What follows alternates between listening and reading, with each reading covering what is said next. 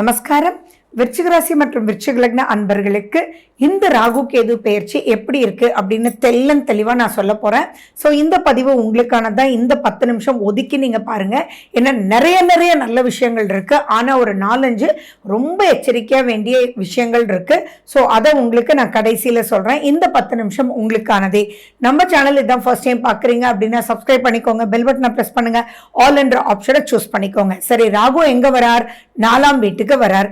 கேது எங்க இருக்கார்? 10ஆம் வீட்டுல இருக்கார். சோ இதனால உங்களுக்கு நிறைய பிளஸஸ் நான் ஸ்டார்டிங்லேயே சொன்னேன். அந்த பிளஸஸ் என்ன அப்படின்னா, நீங்க எதெல்லாம் பயந்து இன்வெஸ்ட் பண்ணிருக்கீங்களோ அதெல்லாம் பிரம்மாண்டமான அப்லிஃப்ட்மெண்ட் உங்களுக்கு ஏற்படுத்த போகுது. விருச்சிகம் அப்படின்னாலே வித்தியாசமாக சிந்திக்க கூடியவர்கள். எங்கிருந்துதான் உங்களுக்கு மட்டும் இந்த இன்ட்யூஷன்றது வருமோ, எப்படித்தான் பிடிப்பீங்களோ சாதிச்சே தீருவீங்க நீங்க. அப்படிப்பட்டவங்களுக்கு இந்த ராகு 4ஆம் வீட்லயும் 10ல கேதும் இருக்கிறதுனால இப்பவே நிறைய விஷயத்துக்கு பிரம்மாண்டமா ஒரு விஷயத்துக்குள்ள நீங்க போயிட்டு இருப்பீங்க. அப்படிப்பட்டவங்களுக்கு எல்லாம் பிரம்மாண்டமான அப்லிஃப்ட்மெண்ட், பணம் பல ரூபத்துல கொட்டும். உங்களோட இன்வெஸ்ட்மெண்ட் எல்லாமே நீங்க போட்டுட்டே இருப்பீங்க. இப்ப நிறைய பேர் கடன் வாங்கியிருப்பீங்க. எங்கிருந்தோ இருந்த நிலமெல்லாம் வித்து இப்ப புதுசா ஒரு ப்ராப்பர்ட்டி, புதுசா ஒரு பிசினஸ், புதுசா ஒரு வெஞ்சர் நீங்க ஸ்டார்ட் பண்ணிருப்பீங்க. ஆனா அது உங்களுக்கு ஒரு பயத்தை கொடுத்துட்டே இருக்கும். என்னடா இது சக்சஸ் பண்ணிடுவோமா அப்படின்னு. ஆனா வெளியில காட்ட மாட்டாங்க விருச்சிக ராசி அன்பர்கள். ஏன்னா சேலஞ்சஸ் அப்படின்றது அவங்களுக்கு பிடிச்சதே. அதை வின் பண்ணி ஜெயிச்சே காட்டுவாங்கன்றதுல எந்த டவுட்டுமே இல்லை. ஆனா இப்ப அந்த ஜெயிக்கிறது அப்படின்றது பிரம்மாண்டமா உங்களுக்கு பேரு, புகழ், கீர்த்தி, ஏன் இந்த ஊருக்கே நீங்க ஒரு முன் உதாரணமா இருக்கக்கூடிய வகையில இவர் தான்ப்பா இந்த ஊருக்கு வந்து திடீர்னு வந்தாரு, இவ்வளவு விஷயங்கள் பண்ணிட்டாரு அப்படின்னு உங்க ஃபீல்டுலயாவது உங்களை பத்தி சந்தோஷமா பாராட்டி பேரும் புகழும் ஏற்படுத்தக்கூடிய ஒரு அற்புதமான ஒரு காலகட்டம். நல்லபடி திருமணங்கள் நடக்கும். பயப்பட வேண்டிய அவசியங்கள் இல்லை. குடும்பம் அமையறதுக்கு உண்டான வாய்ப்பு, எக்கச்சக்கமான வாய்ப்புகள் இருக்கு. அப்ப குடும்பம் அப்படின்னா திருமணம் மட்டும் கிடையாது, குழந்தை பாக்கியமும் கூடத்தானே. சோ அப்ப குழந்தை பாக்கியம் கிடைக்கிறதுக்கு இது அற்புதமான ஒரு காலகட்டம். அதே மாதிரி மறுமணம் நடக்கிறதுக்கும் அற்புதமான ஒரு காலகட்டம். ரொம்ப நாளா குழந்தை இல்லை அப்படின்றவருக்கு ஆட்டோமேட்டிக்கா உருவாகிறதுக்கும், அல்லது ட்ரீட்மெண்ட்டுக்கு நீங்க போன இப்ப சக்சஸ் கிடைக்குமா அப்படின்னா தைரியமா போங்க. நிச்சயமா உங்களுக்கு அபிவிருத்தி அப்படின்றது இருக்கு. 4ஆம் வீடு அப்படின்றது சுகஸ்தானம்ங்க. அப்ப சுகம் பல ரூபத்துல இப்ப ராகு கொடுப்பார். ராகு சனி பகவானே தான் வேலை செஞ்சிட்டு இருக்கார். சனி 5ஆம் வீட்டுல உட்கார்ந்துட்டு இருக்கார். அண்ட் குருனுடைய பார்வையும் வர்றதுனால அனுபவிக்கிற யோகம் அப்படின்றது சுத்தி உங்களுக்கு வரும். நிறைய செலவுகள் வரும். ஆனா செலவுக்கு மீறிய வருமானங்களும் அங்க வரும் அப்படின்றது சந்தோஷப்பட வேண்டிய பல விஷயங்கள். அதே மாதிரி வேற்றுமொழி மனிதர்களால உங்களுக்கு ஆதாயம் நிறைய இருக்கு. ஃபாரின் போகக்கூடிய சான்சஸும் இருக்கு. நிறைய இன்வெஸ்ட்மெண்ட் ஃபாரின்ல இருந்து வர்ற அளவுக்கு உங்களுக்கு ஆப்பர்ச்சுனிட்டிஸ் நிறைய இருக்கு. அண்ட் நிறைய இன்வெஸ்டர்ஸ் உங்களை தேடி வருவாங்க அப்படின்றதும் சந்தோஷப்பட வேண்டிய ஒரு முக்கிய அமைப்பு. நீங்க எந்த ஒரு ஃபீல்ட்ல இருக்கீங்களோ அதனுடைய ஹையர் பொசிஷன் இருக்கக்கூடியவங்க இப்ப ஆட்டோமேட்டிக்கா உங்களோட கனெக்ட் ஆகி உங்களோட கை கோத்து அதுக்குண்டான கமிஷன் என்ன வாங்கிக்கிறாங்களோ தாராளமா வாங்கிப்பாங்க. ஆனா உங்களுக்கு தான் தெரியுமே எதை எவ்வளவு எப்படி கொடுக்கணும், எப்படி வாங்கணும்னு. அதனால அந்த ஒரு மனோதிடத்தோட நீங்க செயல்படுறதுனால ஆட்டோமேட்டிக்கா அவங்க கிட்ட இருந்து ஃபுல்லா நீங்க யூஸ் பண்ணிக்குவீங்க. அவங்களுடைய நாலேஜை, அந்த நாலேஜை யூஸ் பண்ணி அவங்களுக்கு உண்டானதையும் நீங்க பே பண்ணி ஆட்டோமேட்டிக்கா அங்க ஒரு ரிலேஷன்ஷிப், ஸ்ட்ராங் ரிலேஷன்ஷிப் உங்களுக்கு ஏற்படுறதுக்கு உண்டான வாய்ப்புகள் அதிகமா இருக்கு. அப்ப சக்சஸுக்கு வேற என்னங்க வேணும்? சோ வேலை கிடைக்கும், பிசினஸ் அப்லிஃப்ட்மெண்ட் எல்லாமே சூப்பரா இருக்கு.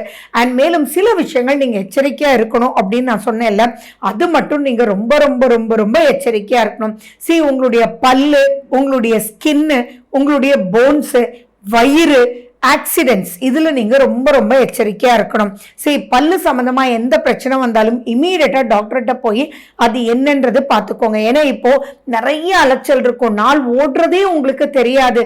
இப்படின்னு ஸ்டார்ட் ஆனா இப்படின்னு நைட் வந்துடும். டெய்லி பாத்தீங்கன்னா பெண்டிங் ஒர்க்ஸ் எக்கச்சக்கமா இருந்துகிட்டே வரும்.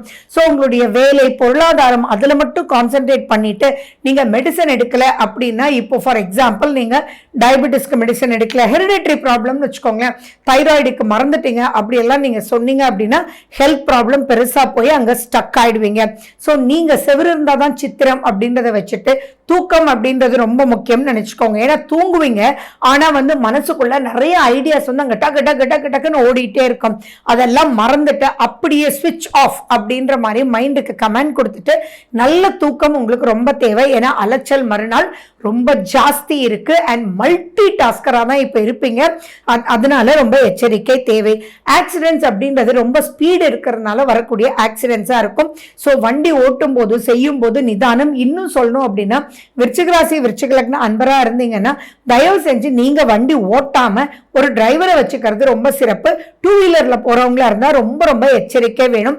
போன் அடிச்சுது செஞ்சுது அப்படின்னா அந்த போனா இருக்குமோ, அங்க ஏதாவது ஆயிருக்குமோ, இல்ல ரொம்ப டவுட் கேட்டுட்டு இருக்காங்களோ அப்படின்னு சொல்லிட்டு உடனே எடுத்து பேசுறது அப்படின்றதெல்லாம் நோ. ப்ளூடூத்ல கூட பேசுறது நான் வேண்டான்னு சொல்லுவேன். அப்படி இம்பார்ட்டண்டா இருந்ததுன்னா நீங்க பார்டர் இறங்கி, அதாவது ரோடுனுடைய ஷோல்டரை இறங்கி கீழே நின்று நீங்க பேசுங்க. ஏன்னா உங்களுக்கே தெரியாது, நீங்க நடு ரோட்ல நின்று அல்லது ஓரமா தான் நிக்கிறேன்னு நினைப்பீங்க. ஆனா பின்னாடி யாராவது இடிக்கிறதுக்கு உண்டான வாய்ப்புகள் அதிகமா இருக்கு. புதுசா வண்டி வாங்க வைக்கும், புதுசா வீடு இடம் வாங்க வைக்கும், அதெல்லாம் சுபிக்ஷத்தை கொடுக்கும். சோ பயப்பட வேண்டிய அவசியங்கள் இல்லை. அடுத்தது, எந்த ஒரு வேலை நீங்க செஞ்சாலும் யாரையும் நம்பி தானே செய்யணும். 10ஆம் வீட்டுல கேது இருக்கிறதுனால நீங்க சொல்றது ஒண்ணும் அவனுக்கு புரிதல் வேறையுமாக இருந்து எந்த ஒரு விஷயத்தையும் டபுள் ட்ரிபிளா பண்றதுக்கு உண்டான வாய்ப்புகள் இருக்கு. ஸோ நீங்க சொல்ற கம்யூனிகேஷன் கரெக்டா அவங்களுக்கு புரியுதான்னு சொல்லுங்க. நல்லா புரிஞ்சுக்கோங்க. விருச்சிகம் அப்படின்றது அவங்க ரொம்ப ஹை லெவல் தாட்ஸ் உள்ளவங்க. அந்த தாட்ஸ் மற்றவங்களுக்கு புரியறதே கஷ்டம். ஸோ நீங்க சொல்றதை புரிஞ்சுக்கிட்டாங்களா அப்படின்னா ஆப்போசிட்டா இருக்கிறவங்களோட நீங்க பேசி ரீசெக் பண்ணிக்கல அப்படின்னா தேவையில்லாத விரயங்கள் ஆகும். விரயங்களை சமாளிக்கலாம் அப்படின்னாலும் தேவையில்லாத பிரஷர் தானே. அப்பாடா அப்படின்ற ஒரு பொசிஷனுக்குள்ள நீங்க தள்ளப்படுவீங்க. அண்ட் மேலும் பாத்தீங்கன்னா இப்ப பணம் எல்லா வகையில வரும். அண்ட் மோர் ஓவர் விருச்சிகத்துக்கே அவங்களுடைய சக்சஸ் ரேட்டிங் டக் டக் டக்குன்னு வரும்போது அவங்களுக்குள்ள என்னதான் எழுந்திருக்குன்னே தெரியாது. மனசுல அவ்வளவு கம்பீரம் அவங்களுக்கு ஏற்படும். சரி வந்துடுச்சு இல்லையா, போட அடுத்த இன்வெஸ்ட்மெண்ட்டுக்கு போலாம் அப்படின்றது கூடவே கூடாதுன்றது ஞாபகம் வச்சுக்கோங்க. அகலக்கால் அப்படின்ற வாய்ப்புகள் வேண்டாம். ஏன்னா இப்ப நீங்க கேட்கிற இடத்துல எல்லாம் லோன் கிடைக்கும். நீங்க பேங்க்குக்கு ஒரு அமௌண்ட்டுக்காக போனா நீங்க நினைச்சதை விட 3 மடங்கு அமௌண்ட் உங்களுக்கு கொடுக்குறேன். உங்களுக்கு இல்லாததா சார், நீங்க தான் இவ்வளவு பெரிய சூப்பர் அக்கௌண்ட் ஹோல்டர் ஆச்சே அப்படின்னு சொல்லி உங்களை தூண்டி விட்டுருவாங்க. தயவு செஞ்சு வேண்டாம். அது மட்டும் எச்சரிக்கையா இருங்க. அதே மாதிரி எந்த இடத்துல எல்லாம் உங்களுக்கு ஈகோ அதிகமாக இருக்கோ அந்த இடத்துல எல்லாம் உங்களை தட்டி விட்டுரும். ஸோ ஈகோன்றது வேண்டாம். எங்க இருந்தாலுமே பணிவான பேச்சு ரொம்ப ரொம்ப முக்கியம்ன்றது ஞாபகம் வச்சுக்கோங்க. என்ன சார் பண்ணிட்டோம் நீங்க நினைக்கிறீங்க, இதுக்கு பட்டப்பாடு கொஞ்சம் இல்லை சார், போதும்டாப்பான்னு ஆயிடுச்சு சார் அப்படின்னு நீங்க மற்றவங்களோட கலந்து பேசணும். இல்லாட்டி எக்கச்சக்கமான திருஷ்டி இப்போ உங்களை தேடி வந்துடும். தயவு செஞ்சு திருஷ்டிக்கு நீங்க கேர் எடுங்க. பூசணிக்காய் வைக்கிறது, எலுமிச்சப்பழம் வைக்கிறது, இதெல்லாம் நிறைய பேருக்கு தெரியும். பட் ஸ்டில் இன்னும் நிறைய திருஷ்டிகள் போக்கக்கூடிய அமைப்பு உங்களுக்கு தேவை. நைட் உங்களுடைய தொழில் பண்ற இடத்துலயோ உங்க ஆபீஸ்லயோ அல்லது உங்களுடைய வீட்லயோ பாத்தீங்கன்னா ஒரு அகல் விளக்கு எடுத்துக்கோங்க.